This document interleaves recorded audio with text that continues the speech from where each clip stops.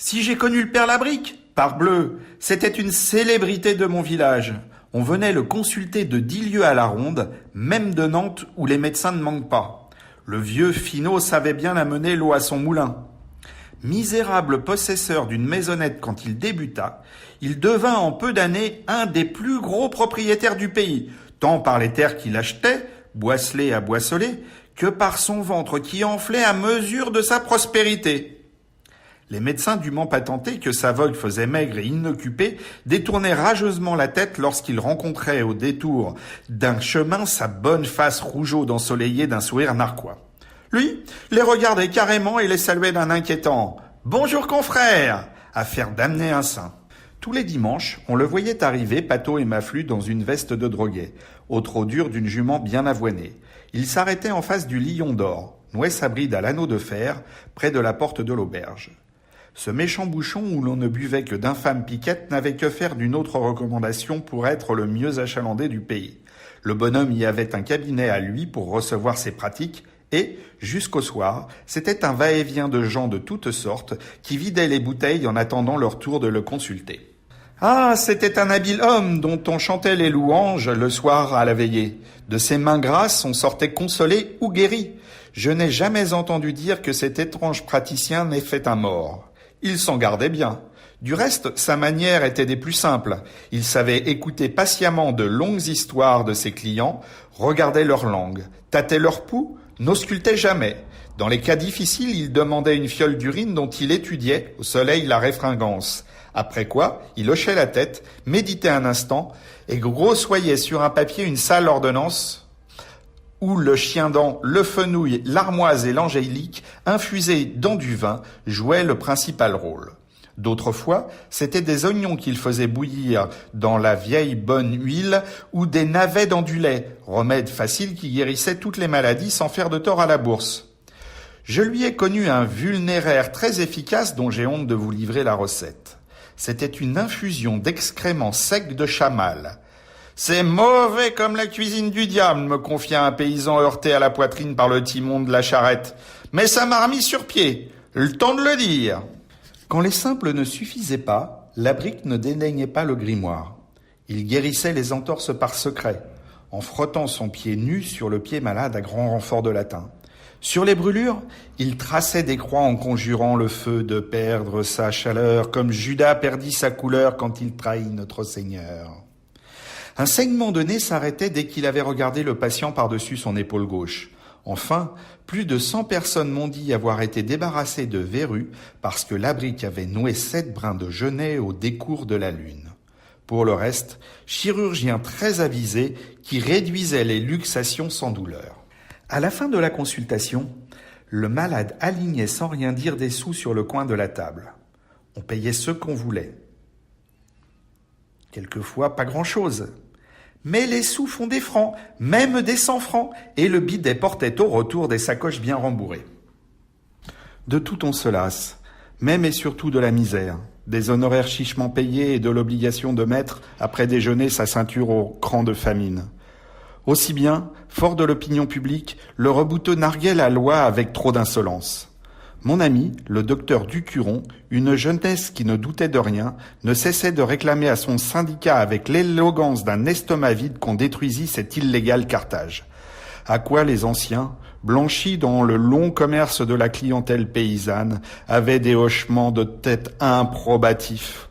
L'apoplexie les aurait tôt débarrassés du vieux soifard. Voilà ce que disaient les anciens, barbe sage. Mais Ducuron crevait de faim.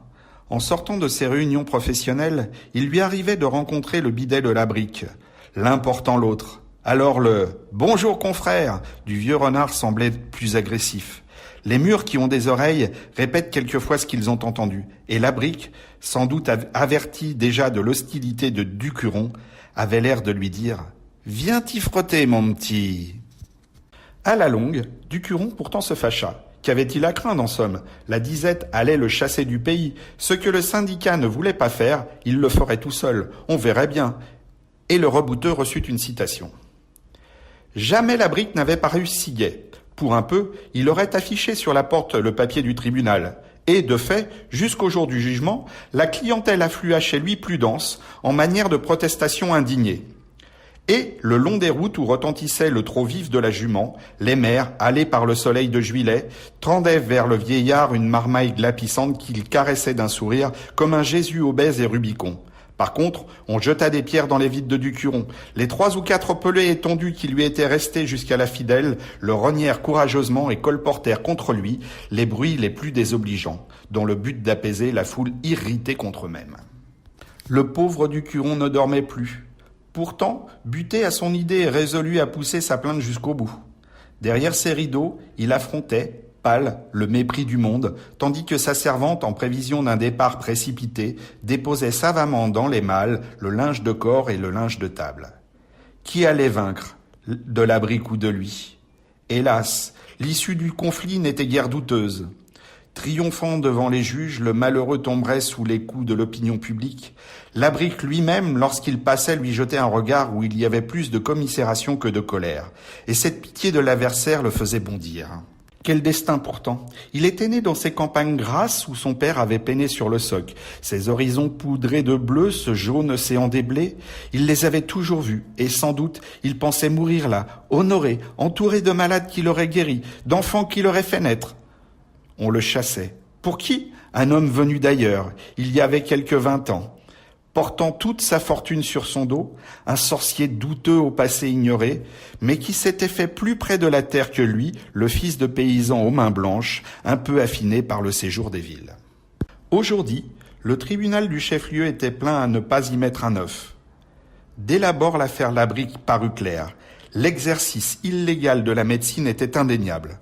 Une foule de témoins à décharge qui venaient montrer leurs membres guéris par le rebouteux et chanter sur tous les tons leur reconnaissance naïve établissait le délit loin de l'annihiler.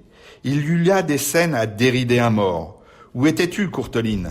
Les juges restèrent impassibles, fronçant seulement les sourcils lorsque la parole de Ducuron, disant les faits, était couverte par les huées.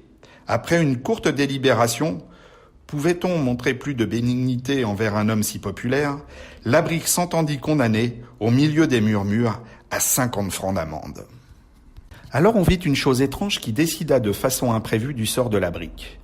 Ce narquois qui n'avait pas dit mot, comme s'il supposait l'acquittement certain, bondit soudain comme un ballon qui casse ses amarres. « 50 francs !» cria-t-il. « Jamais de la vie, vous m'en feriez crever !» Et il courut vers le président, brandissant un parchemin jauni où le magistrat lut tout haut avec stupéfaction.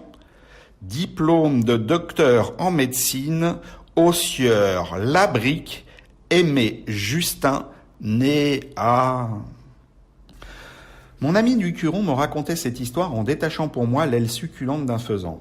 Autour, l'air était embaumé d'effluves culinaires. On se sentait dans le logis confortable d'un médecin estimé par une nombreuse clientèle. L'avarice fait commettre de grandes fautes, conclut mon ami. À partir du jour où, pour éviter une amende légère, le père Labrique montra son diplôme longtemps caché, je vis un à un accourir à mon cabinet tous ces anciens malades. Il n'était plus qu'un médecin comme un autre, moindre qu'un autre, avec ses remèdes de bonne femme, son ignorance crasse et son ivrognerie invétérée. Il avait perdu l'auréole du mystère, son geste inconsidéré me vaut bien 20 000 francs par an. Aussi, si vous m'en croyez, nous boirons 2 doigts de Bordeaux à sa santé.